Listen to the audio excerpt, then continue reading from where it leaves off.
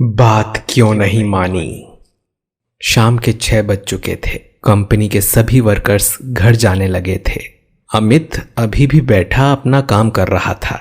अमित को काम करता देख राहुल ने पूछा, अमित यार कब घर चलोगे? सब चले गए। वैसे तो सबसे पहले तुम्हारा बंद होता है कंप्यूटर, आज क्या हुआ? राहुल अमित के साथ काम करता था और उसका अच्छा दोस्त था।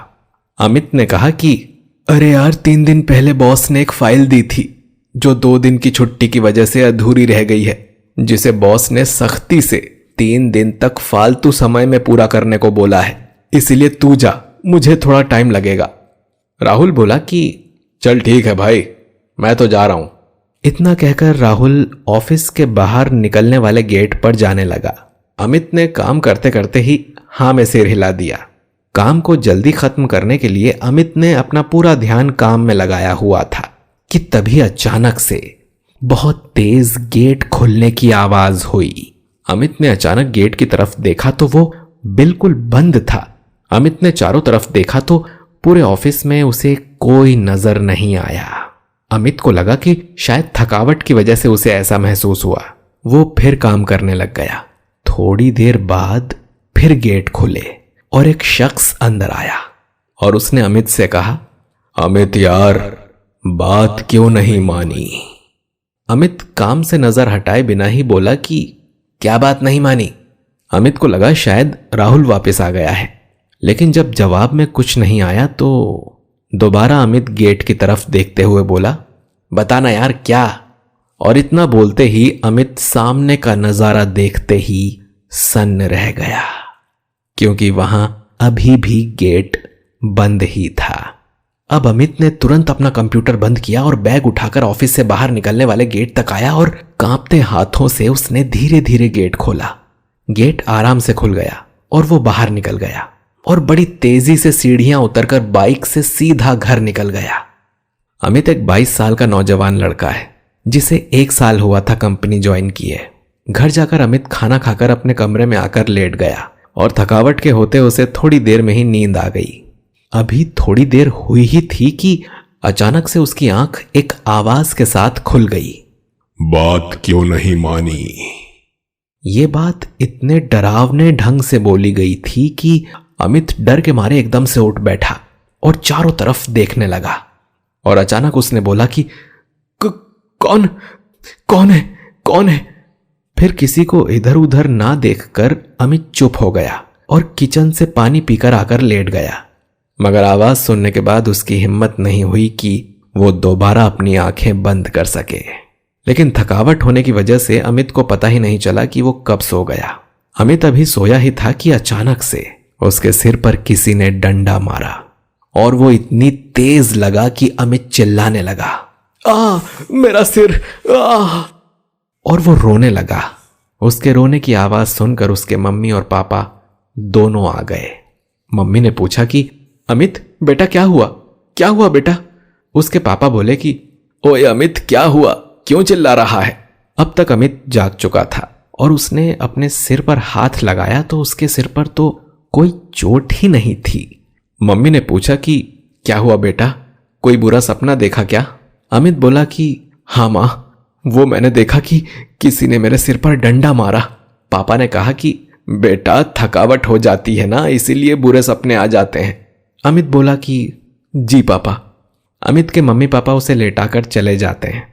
जैसे ही अमित लेटता है और आंखें बंद करता है उसे फिर सुनाई देता है और अब की बार और गुस्से में और डरावनी आवाज में, बात क्यों नहीं मानी? क्यों नहीं मानी? अमित ये सुनते ही एकदम से उठ बैठा। वो जैसे ही उठा उसने अपने सिर पे कुछ बहता महसूस किया। उसने अपने हाथों से छुआ और जैसे ही हाथ को नीचे किया तो उसे यकीन नहीं हुआ कि उसके हाथ में खून लगा हुआ था और दर्द से उसका सिर भन्ना रहा था। ऐसे में उसे चक्कर आ गए और वो वहीं गिर गया। सुबह का समय था। अमित की मम्मी उसे आवाज लगाती है, अमित अमित बेटा 9 बज गए हैं, फिर ऑफिस के लिए लेट हो जाओगे। अमित की आंख खुली तो वो उठा उसे याद आया कि रात को उसे चक्कर आ गए थे। सिर पे लगी चोट भी उसे एकदम से याद आ गई। उसने तुरंत अपने हाथों को सिर पे रखा तो वहां तो कोई चोट थी ही नहीं। अमित को कुछ समझ नहीं आ रहा था कि कल रात से उसके साथ हो क्या रहा है। अमित को यूं चुप देखकर उसकी मम्मी ने उससे बोला कि क्या हुआ बेटा, कोई बात है क्या? अमित ने कहा कि नहीं माँ, शायद कल ज्यादा ही थकावट हो गई। अमित छुट्टी करने का सोच रहा था, मगर उसकी 2 दिन की छुट्टी की वजह से पहले ही बॉस ने उसे खूब डांटा था। इसलिए अमित दोबारा बॉस को गुस्सा नहीं करना चाहता था। अमित तैयार होकर ऑफिस के लिए निकल जाता है, मगर जैसे ही बाइक के पास आता है तो वो देखता है कि बाइक के दोनों टायर पंचर हैं। ये देखकर वो बोलता है कि यार, कल रात तक तो दोनों ठीक थे, लगता है पड़ोसी के बच्चों ने यह काम किया होगा। फिर उसे याद आया कि पड़ोसी के बच्चे तो छुट्टियां मनाने अपनी नानी के घर गए हैं। फिर उसने लेट होने की वजह से ज्यादा सोचना जरूरी नहीं समझा और ऑटो से ऑफिस निकल गया। ऑफिस पहुंचते ही अमित ने देखा कि एंट्री रजिस्टर रजत बॉस के केबिन में ले जा रहा था। अमित ने आवाज लगाई, रजत। रजत मुड़कर बोला, हाँ। अमित बोला कि यार, मैं भी एंट्री चढ़ा दूं, फिर ले जाना रजिस्टर। रजत रजिस्टर उसके पास ले आया। अमित अपनी एंट्री लिखने लग गया। उसी वक्त रजत धीरे से उसके कान में बोला, बात क्यों नहीं मानी? अमित चौंक गया और जैसे ही उसने रजत को देखा तो वो तो रजत था ही नहीं, वो तो महेश था। अमित को अब कुछ ठीक नहीं लग रहा था, लेकिन वो फिर भी काम करने लग गया। काम करते वक्त उसे याद आया कि रजत यहां कहां से आ गया? मुझे ये क्या हो रहा है? आज पूरे दिन अमित को डर तो लगता रहा, लेकिन उसके साथ कुछ हुआ नहीं। शाम को छुट्टी हुई।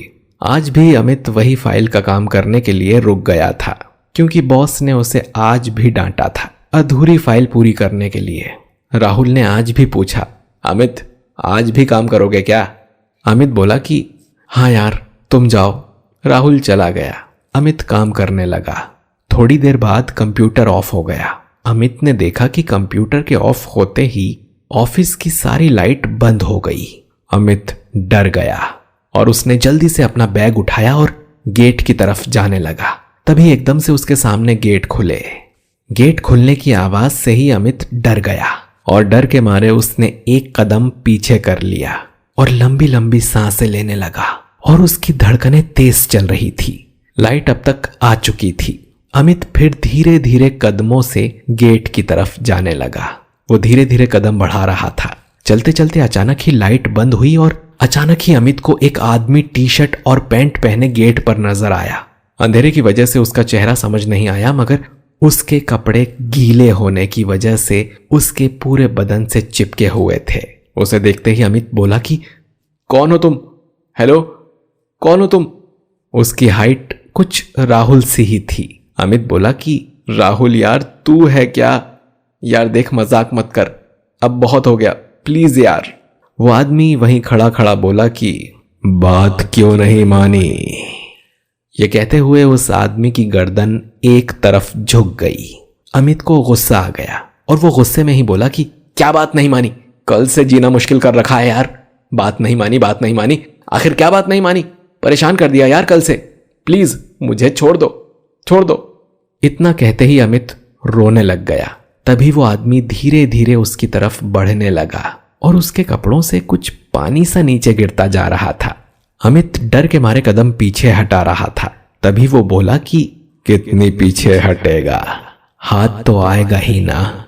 अब वो आदमी खिड़की के बाहर से अंदर आने वाली लाइट के पास आ गया था, जिसमें वो साफ नजर आ रहा था। उसे देखते ही रजत का किस्सा अमित की आंखों में घूम गया। अब कहानी फ्लैशबैक में जाती है। 5 महीने पहले अमित और उसके दोस्त ने एक पार्टी रखी थी, जिसमें रजत भी था। वो सब खा पी कर बैठ गए तो उसमें से एक दोस्त ने बोला कि यार अमित, मजा नहीं आ रहा, पार्टी में कुछ करो तो मस्ती। अमित ने भी बोला कि हाँ यार, बात तो ठीक है। तभी उसके दिमाग में एक बात आई। उसने दोस्तों से कहा कि रजत बहुत डरता है, क्यों ना उसके थोड़े मजे लिए जाएं। उसके एक दोस्त ने कहा कि यार कहीं डर गया तो? अमित बोला कि अरे डर गया तो क्या हो गया, मर थोड़ी रहा है।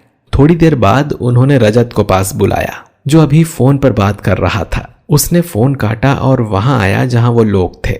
अमित बोला कि यार एक गेम खेलते हैं, हम तेरी आंख पर पट्टी बांधेंगे और तू ढूंढेगा। बोल। रजत बोला कि क्या यार, बच्चों वाले गेम है ये तो। अमित बोला कि खेल तो, मजा आएगा। उन सब ने उसकी आंखों पर पट्टी बांध दी। थोड़ी देर बाद जब रजत को लगा कि उसके आसपास कोई नहीं है तो वो बोला, अमित भाई कहाँ है तू? सुरेश, राहुल। उसने सबको आवाज लगाई, मगर जब कोई नहीं बोला तो उसने पट्टी हटाई और पट्टी हटाते ही उसने देखा कि ऑफिस की सभी लाइट्स ऑफ थी। रजत बोला कि अमित भाई मजाक मत करो यार मेरे साथ, मुझे डर लगता है यार, प्लीज यार। अमित ये सब देख रहा था। उसने रजत के और मजे लेने के लिए अपने फोन में डरावनी आवाज लगा दी, जिससे रजत और डरने लगा था। अब रजत एक कोने में बैठ गया और रोने लगा। थोड़ी देर बाद अमित ने गेट खोला और उससे बोला कि आजा यार आजा। अमित ने अपने पास वाले दोस्त से कहा कि मैं अंदर जाकर थोड़ा पैर अड़ाकर इसे गिराऊंगा, तुम लोग सीढ़ियों के पास खड़े हो जाना, अगर रजत गिरे तो संभाल लेना। अमित की यह बात शायद उसके दोस्त को समझ नहीं आई। अब जैसे ही रजत बाहर की ओर आया, अमित ने अंदर जाकर उसके पैर में पैर फंसा दिया, जिससे रजत संभल नहीं पाया और सीढ़ी पर किसी के ना खड़े होने की वजह से वो सीढ़ियों पर से नीचे गिर गया और उसकी मौत हो गई। इतना देख ही अमित डर गया। वो और उसके दोस्त नीचे उतरकर गए तो देखा कि वो मर चुका था। अमित बोला कि यार तुम लोगों को मैंने बोला था ना सीढ़ियों के पास खड़े होने का, फिर तुम खड़े क्यों नहीं हुए? वो लोग बोले कि यार हमने नहीं सुना, तुमने कब बोला? इतना सब देखकर वो डर गए और बाइक से सीधा घर चले गए, ये सोचकर कि कहीं उन पर नाम ना आ जाए। कहानी वापस प्रेजेंट में लौटती है। उसने सामने देखा तो वो आदमी और कोई नहीं बल्कि रजत था, जो रोज एंट्री रजिस्टर बॉस के कैबिन में ले जाता था। उसका शरीर देखते ही अमित पूरा सहम गया। उसके बदन में खून की रफ्तार बहुत तेज हो गई और उसका पूरा बदन कांपने लगा। और उसका ऐसा होना स्वाभाविक था, क्योंकि उस आदमी के पूरे कपड़े खून से तरबतर थे और उसका सिर खून से लथपथ था। उसकी आंखें सुर्ख लाल और चेहरा बहुत गुस्से में था। उसी गुस्से में वो आदमी इतनी डरावनी हंसी हंस रहा था कि मानो वो अमित से कह रहा हो कि तेरा काल आ गया। और हंसते हंसते अचानक गुस्से में वो बोला कि बात नहीं मानी ना, अब उसकी कीमत तो चुकानी पड़ेगी। मैंने तुम लोगों को बोला था मुझे डर लगता है, मैं बहुत डरता हूं, मगर तुमने बात नहीं मानी। मुझे मरा देखकर तुम लोग डर कर भाग गए बाइक से। मैं बेचारा वहीं पड़ा रहा। तूने ही मजाक करने का प्लान बनाया था ना? तुझे पता था ना मैं डरता था। मैंने तुझे बोला भी था कि मुझे डर लगता है, मगर तूने बात नहीं मानी। तो बता, बात क्यों नहीं मानी? अमित बोला कि यार मुझे माफ कर दे, प्लीज यार मुझे माफ कर दे। आज के बाद मैं कभी किसी के साथ ऐसा मजाक नहीं करूंगा। रजत कुछ नहीं बोला और मुंह बनाकर पीछे घूम गया और गेट तक गया और वहीं एक तरफ खड़ा हो गया और पीछे घूमकर अमित से बोला कि जा, खोल दिया गेट और माफ किया तुझे मैंने। अमित तेज कदमों से गेट तक आया और जैसे ही उसने गेट से बाहर एक कदम बढ़ाया, रजत ने पैर अड़ा दिया, जिससे अमित संभल नहीं पाया और सीढ़ियों से नीचे गिर गया और उसकी मौत हो गई। ऊपर खड़ा रजत डरावनी आवाज में हंसा और बोला, लगा दिया ना तुझको ठिकाने। और वो डरावनी हंसी हंसने लगा। ऐसे ही एक एक करके रजत ने सबसे बदला ले लिया। आज वो कंपनी बंद पड़ी है और वहां आज भी रजत की डरावनी हंसी रात में सुनाई पड़ती है।